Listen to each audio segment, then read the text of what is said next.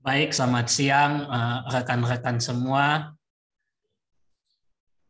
Kita akan memulai presentasi untuk mata kuliah Hukum, HAM, Kontemporer, Gender. Pemateri, mohon izin saya bertindak sebagai moderator untuk rekan-rekan semua. Pemateri kita pada hari ini adalah rekan Maria Fatima More dengan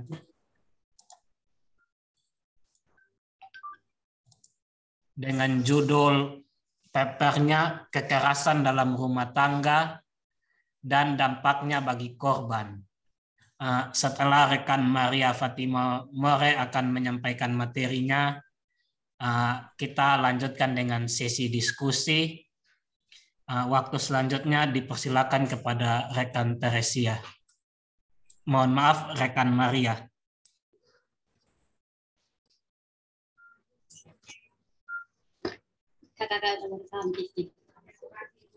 Selamat siang, terima kasih untuk waktu dan kesempatannya yang diberikan kepada saya. Mohon izin, apakah suara saya dapat didengar oleh teman-teman sekalian? Bisa didengar.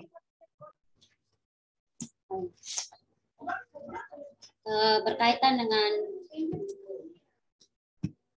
makalah saya mengambil judul dengan kekerasan dalam rumah tangga atau KDRT dan dampaknya bagi korban. Saya memilih judul ini dikarenakan ada kaitannya dengan dan gender juga, tentang HAM manusia itu sendiri. Pendahuluan.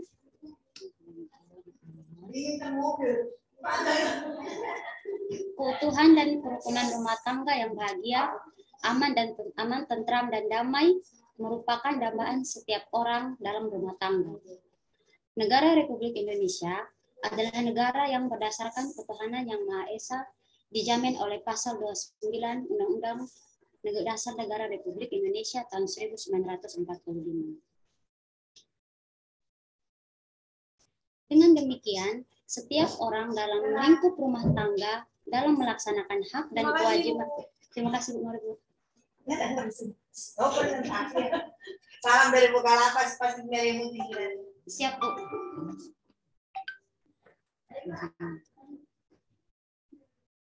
Dalam melaksanakan hak dan kewajibannya harus didasari oleh agama. Hal ini perlu ditumbuh kembangkan dalam rangka membangun keutuhan rumah tangga. Namun, seringkali terjadi bentuk-bentuk kekerasan dalam rumah tangga itu sendiri.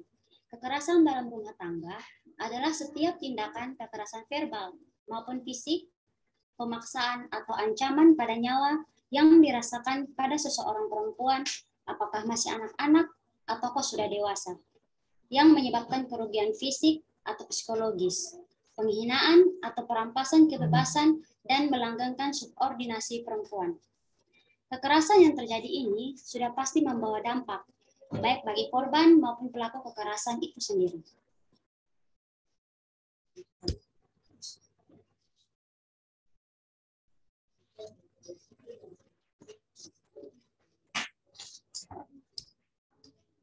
Bentuk-bentuk kekerasan dalam rumah tangga antara kekerasan seksual, kekerasan ekonomi, dan penelantaran rumah tangga. Kekerasan fisik langsung dalam bentuk pemukulan, pencakaran, sampai pengerusakan vagina, atau kekerasan seksual dan kekerasan fisik secara tidak langsung yang biasanya berupa memukul meja, membanting pintu, memecahkan piring, gelas, tempat bunga, dan lain-lainnya, serta kekerasan yang berupa perlakuan kasar. Kekerasan psikologis. Kekerasan psikis adalah perbuatan yang mengakibatkan ketakutan, hilangnya rasa percaya diri, hilangnya kemampuan untuk bertindak, rasa tidak berdaya, dan atau penderitaan psikis berat pada seseorang. Kekerasan seksual adalah setiap perbuatan yang berupa pemaksaan hubungan seksual. Pemaksaan hubungan seksual dengan cara tidak wajar dan atau tidak disukai, pemaksaan hubungan seksual dengan orang lain untuk tujuan komersial dan atau tujuan tertentu. Kekerasan ekonomi berupa tidak diberikannya nafkah selama perkawinan atau membatasi nafkah secara sewenang-wenang, membiarkan atau memaksakan istri bekerja keras, juga tidak memberi nafkah setelah terjadi perceraian meskipun pengadilan telah memutuskan. Penelantaran rumah tangga adalah seseorang yang menelantarkan orang dalam lingkup rumah tangganya, padahal menurut hukum yang berlaku baginya atau karena persetujuan atau perjanjian, ia wajib memberikan kehidupan, perawatan, atau pemeliharaan kepada orang tersebut. Selain itu, penelantaran juga berlaku bagi setiap orang yang mengakibatkan ketergantungan ekonomi dengan cara membatasi dan atau melarang orang untuk bekerja yang layak di dalam atau di luar rumah, sehingga korban berada di bawah kendali orang tersebut.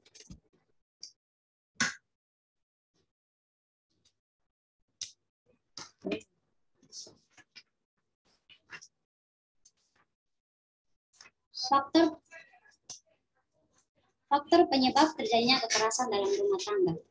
Adapun faktor terjadinya kekerasan terhadap perempuan dalam rumah tangga, khususnya yang dilakukan oleh suami terhadap istri, antara lain yang pertama,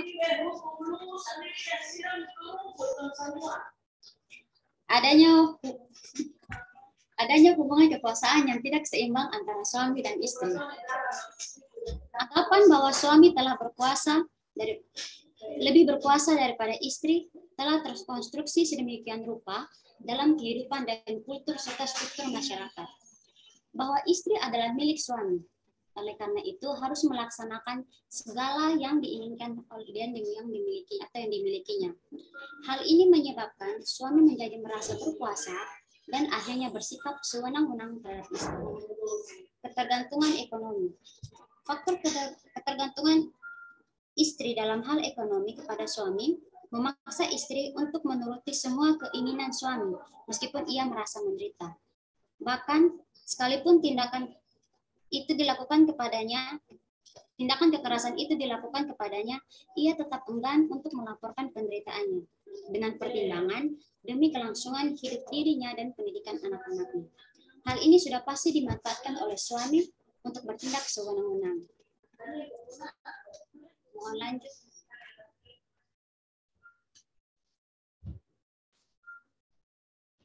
Dampak kekerasan dalam rumah tangga. Yang pertama, kekerasan fisik secara langsung atau tidak langsung dapat mengakibatkan istri menderita rasa sakit dikarenakan luka sebagai akibat tindakan kekerasan tersebut. Kekerasan seksual dapat mengakibatkan turun atau bahkan hilangnya gairah seks karena istri menjadi ketakutan dan tidak merespon secara normal ajakan berhubungan seks tersebut. Kekerasan psikologis dapat berdampak istri merasa tertekan, shock, trauma, rasa takut, marah, emosi tinggi, dan meledak-ledak, serta depresi yang mendalam. Kekerasan ekonomi mengakibatkan terbatasinya pemenuhan kebutuhan sehari-hari yang diperlukan istri dan juga anak-anaknya. Mohon lanjut.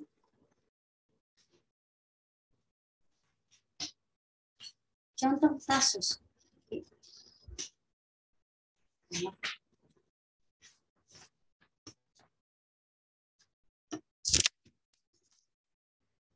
Terjadinya kasus kekerasan dalam rumah tangga atau KDRT yang dilakukan oleh Yakobus Anunut pada Kamis 2 Juli 2020 pukul 5:30 pagi yang beralamat di Jalan Timur Raya, RT 13 RW 5, Kelurahan Tubuhe, Kecamatan Kevamananu, Kabupaten Timur Tengah Utara, Provinsi Nusa Tenggara Timur, kepada Helena Bani yang merupakan istri dari Yakobus Anunut itu sendiri. Peristiwa ini dipicu adanya perkataan dari korban, yakni Helena Bani, yang menyinggung dan membuat kesal terdakwa, yakni Yakobus Anunut. Peristiwa korban Mohon maaf, diulang. Peristiwa ini dipicu adanya perkataan dari korban yang menyinggung dan membuat kesal terdakwa. Korban selalu membela menantu ketika diberi nasihat oleh terdakwa, dan juga korban memukul tengkuk terdakwa. Oleh karena perbuatan korban tersebut, terdakwa langsung membalikkan badannya lalu memukul bibir korban. Peristiwa ini disaksikan oleh anak korban, yakni Theophilus Anunut, yang kemudian berlari dan mencoba melerai keduanya.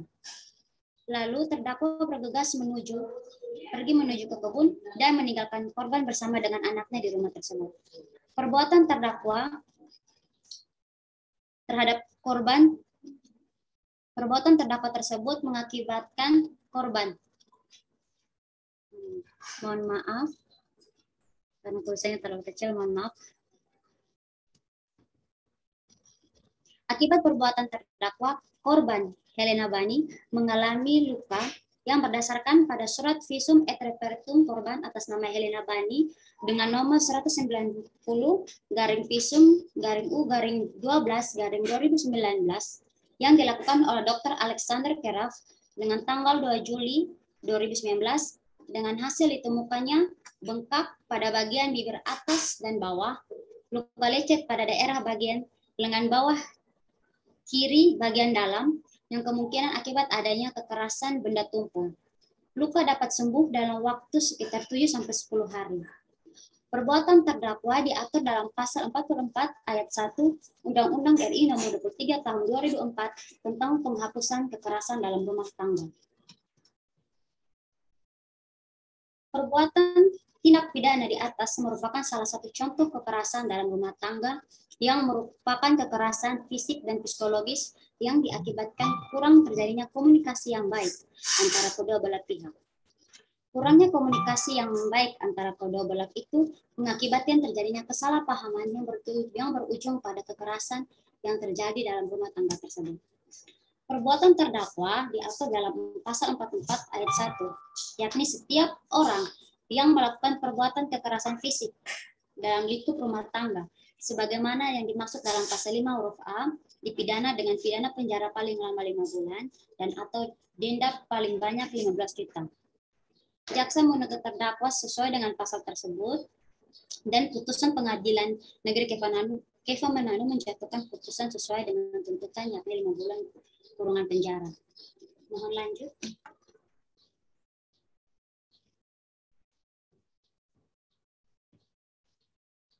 Solusi untuk mengatasi kekerasan dalam rumah tangga.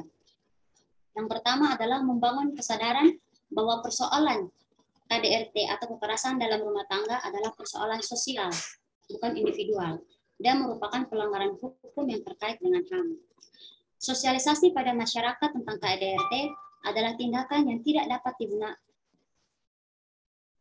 dibenarkan dan dapat diberikan sanksi hukum dengan cara mengubah fondasi KDRT di tingkat masyarakat pertama-tama dan terutama yang membutuhkan, bagi yang membutuhkan.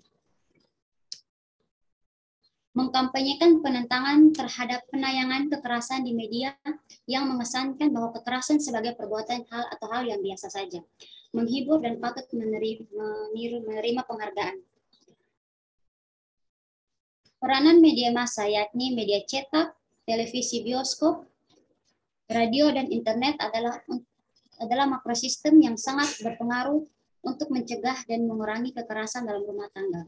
Peran media massa sangat berpengaruh besar dalam mencegah KDRT. Bagaimana media massa dapat memberikan suatu berita yang bisa merubah suatu pola budaya KDRT adalah suatu tindakan yang dapat melanggar hukum dan dikenakan hukuman penjara atau hukuman kurungan. Lanjut.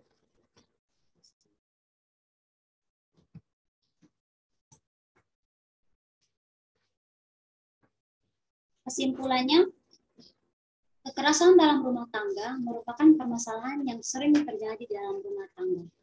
Oleh karena itu, kekerasan dalam rumah tangga harus dilakukan pencegahan secara dini. Pendidikan agama dan pengamalan ajaran agama di rumah tangga merupakan kunci sukses untuk mencegah terjadinya KDRT. Untuk mencegah KDRT di rumah tangga harus dikembangkan cinta kasih dan kasih sayang sejak dini. Ibu bisa berperan besar dalam hal mengajarkan kepada anak-anak di rumah untuk saling mencintai dan saling menyayangi. Demikian juga PKK sebagai organisasi dapat memberikan secara terus-menerus pencerahan dan penyadaran kepada kaum perempuan. Oleh karena itu, pelaku utama KDRT yang pada umumnya adalah suami, dan juga oleh karena peranan para pemuka agama, pendidik, sosiolog, dan cendekiawan harus berada di garda terdepan untuk terus menyuarakan pentingnya rumah tangga sebagai unit terkecil dalam masyarakat untuk dibangun secara baik,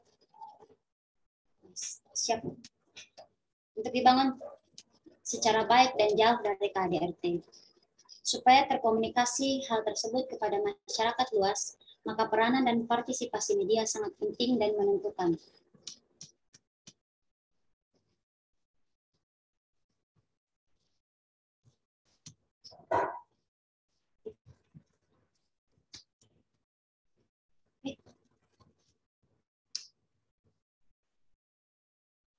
Mohon izin ada gangguan sedikit.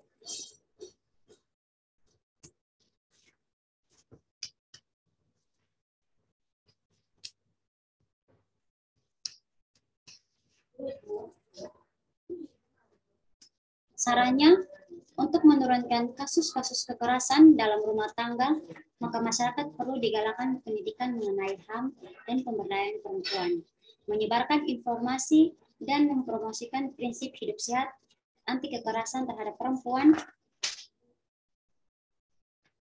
dan anak, serta menolak kekerasan sebagai cara untuk memecahkan masalah, mengadakan penyuluhan untuk mencegah kekerasan, mempromosikan kesetaraan gender, mempromosikan sikap tidak menyalahkan korban melalui media. Sekian dan terima kasih.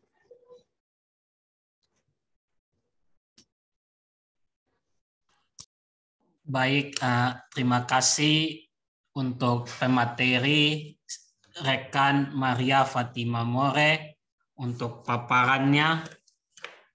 Bagi kita semua, kita akan masuk dalam sesi diskusi. Sesi diskusi ini saya persilakan kepada rekan-rekan yang ingin bertanya. Saya buka sesi diskusi. Dipersilakan.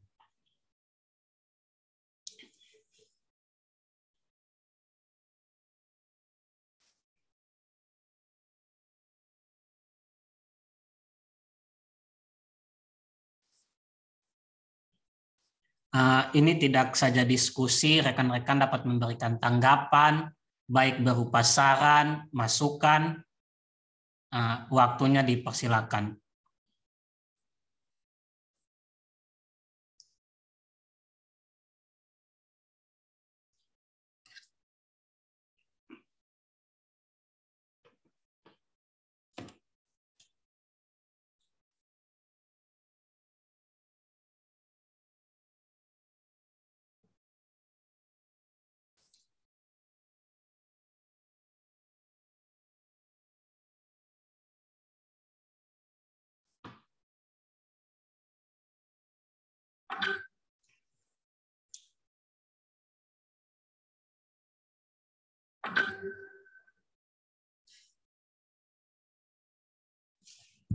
Mohon izin moderator.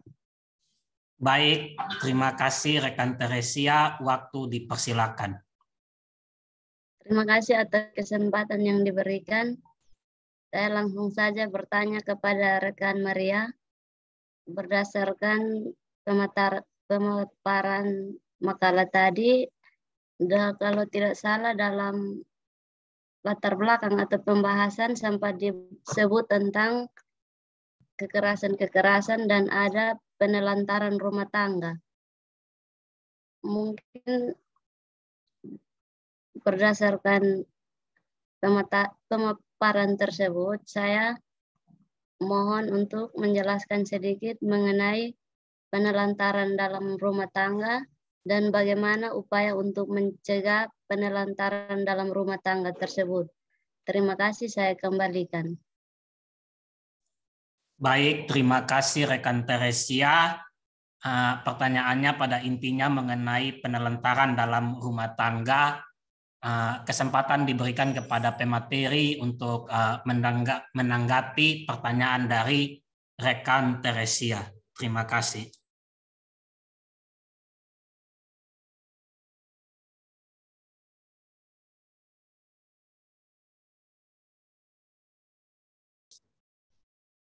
Terima kasih untuk pertanyaan yang diberikan kepada saya mengenai penelantaran dalam rumah tangga. Penelantaran rumah tangga adalah suatu kelalaian atas kewajiban seseorang dalam rumah tangganya secara hukum bahwa seseorang tersebut menjadi penanggung jawab atas kehidupan yang berada pada lingkup keluarganya. Itu bisa dilihat dalam kehidupan sehari-hari. Contohnya seorang ayah atau seorang suami yang tidak memberikan nafkah. Dalam hal ini adalah ekonomi kepada anak maupun istrinya. Dan lebih parahnya lagi jika istrinya tersebut tidak memiliki pekerjaan dan anaknya juga sedang bersekolah. Nah, dengan adanya penelantaran dalam hal ekonomi ini, contohnya dalam hal ekonomi ini sudah pasti akan mengakibatkan dampak yang tidak baik bagi istri maupun anak tersebut.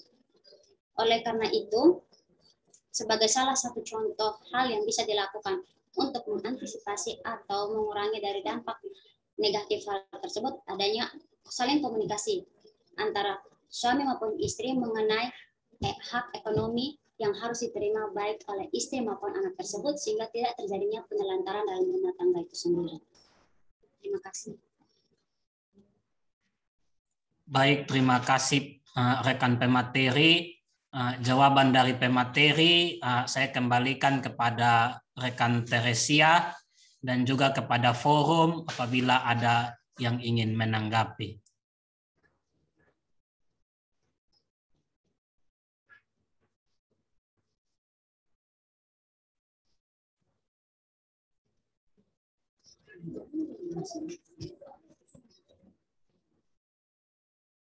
Sepertinya rekan Teresia karena masalah jaringan keluar dari ruang Zoom. Saya kembalikan ke forum. Ada yang ingin menanggapi pertanyaan dari rekan Teresia atau jawaban dari rekan pemateri?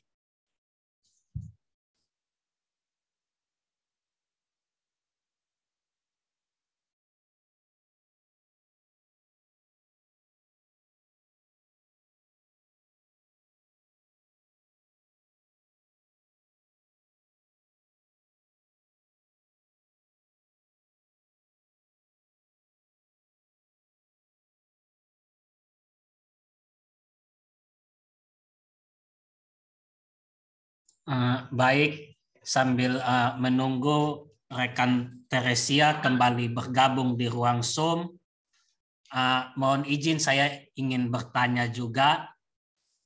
Yang pertama, pernyataan setuju.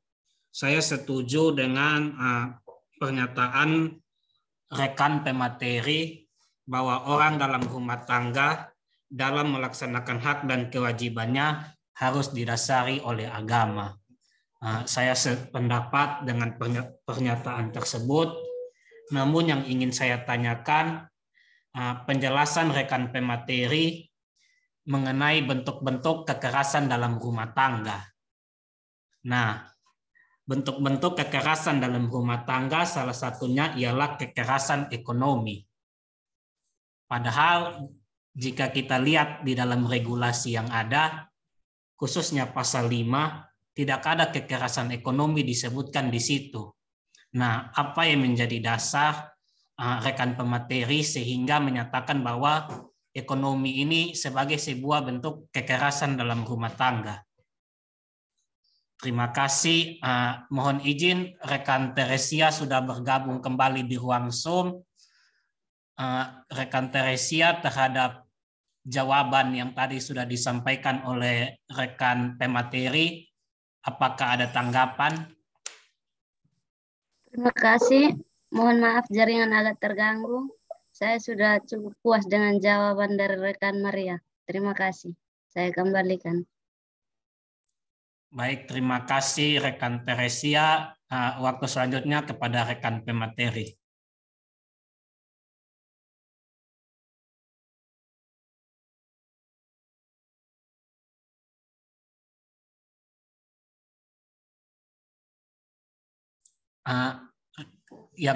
Rekan pemateri masih speakernya belum di.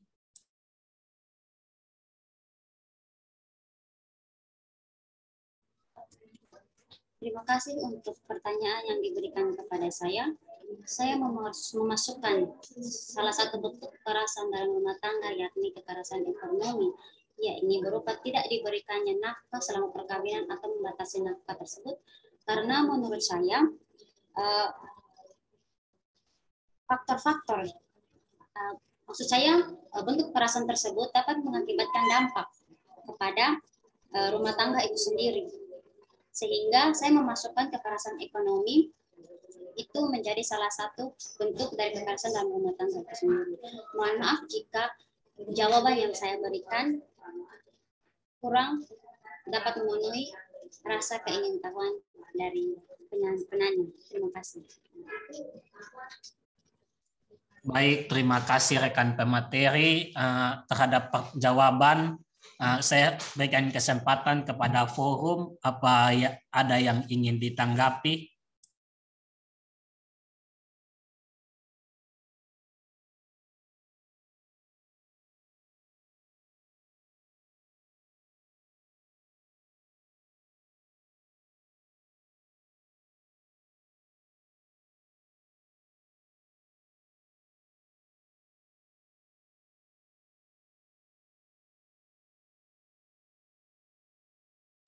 Baik, terima kasih. Mohon izin saya menanggapi terhadap bentuk kekerasan ekonomi berdasarkan regulasi yang ada. Kekerasan ekonomi berdasarkan materi berdasarkan paparan dari rekan pemateri. Menurut saya kekerasan ekonomi ini, menurut saya secara pribadi, tidak bisa dijadikan sebagai suatu bentuk kekerasan dalam rumah tangga. Karena kekerasan ekonomi ini secara langsung masuk dalam penelantaran dalam rumah tangga. Di sini kita bisa lihat di dalam pasal 9 Undang-Undang Nomor 23 Tahun 2004 pada ayat yang kedua. Ayat yang ke-1 mengenai setiap orang dilarang menelantarkan. Ayat kedua itu penelantaran sebagaimana dimaksud pada ayat 1 juga berlaku bagi setiap orang yang mengakibatkan ketergantungan ekonomi dengan cara membatasi atau melarang untuk bekerja yang layak dalam atau di luar rumah tangga sehingga korban berada di bawah kendali orang tersebut. Mungkin kekerasan ekonomi menurut saya secara pribadi masih ada kaitannya dengan penelantaran rumah tangga. Saya kembalikan kepada rekan pemateri.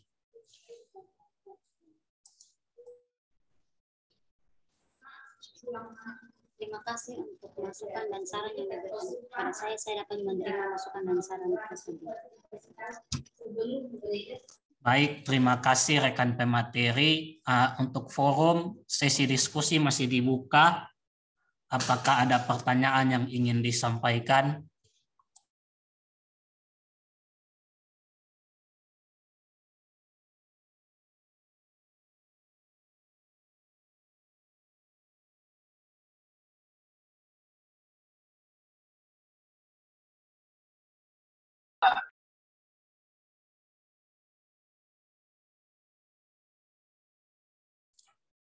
Baik, terima kasih rekan pemateri.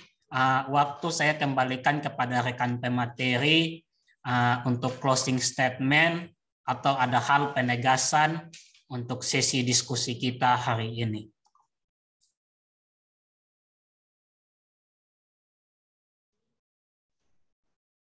Terima kasih untuk waktu dan kesempatan yang telah diberikan kepada saya untuk mempresentasikan makalah saya, dan saya berterima kasih untuk pertanyaan dan juga masukan dan saran yang telah diberikan kepada saya.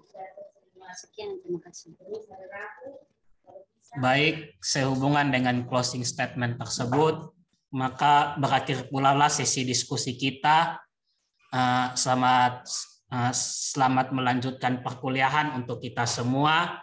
Rekan-rekan dipersilakan sudah dapat meninggalkan ruang Zoom. Terima kasih. Salam sehat untuk kita semua.